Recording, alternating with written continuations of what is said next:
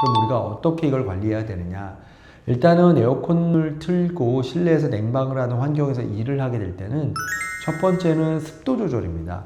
실내 습도가 40% 아래쪽에서는 눈이 굉장히 건조하게 됩니다. 라식 수술과 라섹 수술을 할 때 그런 수술을 받으신 분들도 많으시죠. 요새 많은 분들이 수술을 잘 받고 계신데 수술실의 습도를 40% 정도로 맞추는 이유가 거기 있는데요. 40% 이상으로 실내 습도를 조절해야 됩니다. 그래서 에어컨을 하루 종일 틀면은 그 습도가 굉장히 낮아져서 30%대, 그러니까 40% 미만의 습도가 되면 눈은 엄청나게 말라요. 그래서 여름철에 아이러니하게도 가습기가 필요할 수 있다 이겁니다.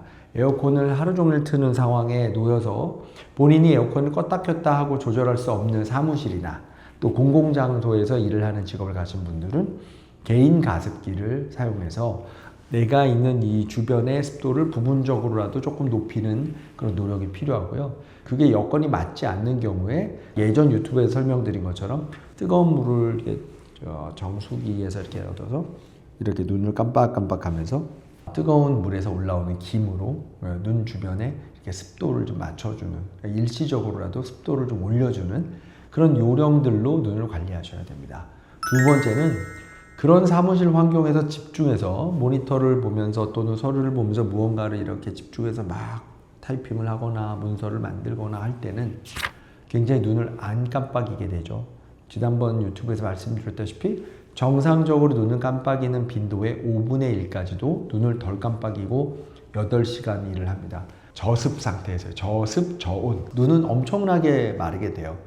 그래서 눈을 의식적으로 중간중간 눈을 감고 몇 초 동안 눈을 감고 있다가 눈을 뜨는 거. 즉 내 눈이 말라 있는지 잘 못 느끼다가 눈을 감아보면 1, 2, 3초 정도 수초 지나고 나서 눈이 매워지면서 눈물이 이렇게 고이는 듯한 느낌이 납니다.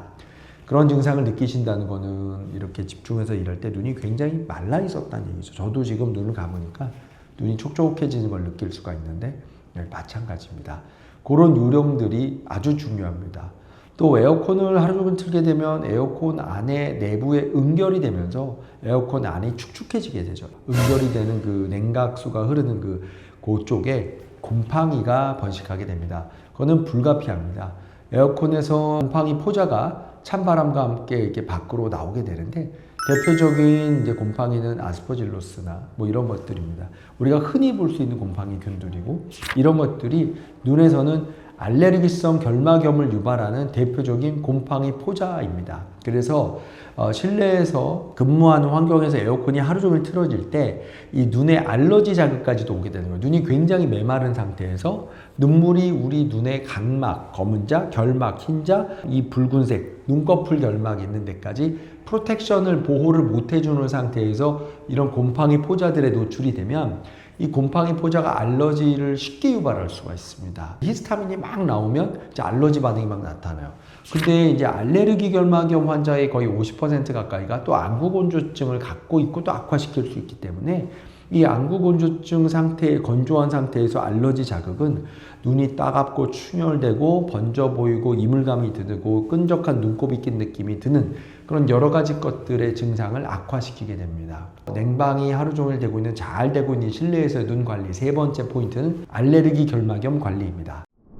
다시 정리해보면 첫 번째는 말씀드린 것처럼 습도 관리입니다. 실내 습도를 조절해서 내 눈에 국소적으로 또 잠깐이라도 좀 눈 주변의 습도를 높이는 노력을 하시는 거. 개인 가습기나 또 뜨거운 물을 이용해서 하는 방법을 말씀드렸고 두 번째 눈 깜빡임 운동이었죠. 의식적으로 눈을 감고 몇 초 동안 기다렸다가 눈이 살짝 촉촉해지는 걸 느끼고 다시 업무에 집중하시는 거 추천드리고요. 또 이걸 병용해서 차를 한 잔 마시면서 눈을 감고 있으면서 눈을 떴다 감았다 하면서 차를 마시는 방법, 정 급하신 분들은 두 개를 합치세요. 세 번째 방법은 알레르기 결막염 관리. 이것은 안약으로 하는 겁니다. 여름철에 안구건조증으로 병원을 방문해서 진료를 받으러 오시는 환자들 중에 꽤 많은 포션이 알레르기 포션을 눈에 갖고 있고 인공눈물만 쓰셨는데 여름 되면서 이게 악화된 것 같다. 뭐가 찌르는 느낌이 난다, 걸리는 느낌이 난다, 속눈썹이 빠진 것 같다, 아침에 일어났을 때 충혈이 예전보다 잘 되는 것 같다, 이런 등등의 증상들로 오시는 분들 중에 알레르기 결막염 약의 간단한 추가 사용만으로 증상이 많이 개선되는 환자들이 많이 있습니다. 세 가지를 제가 추천드리고 싶습니다.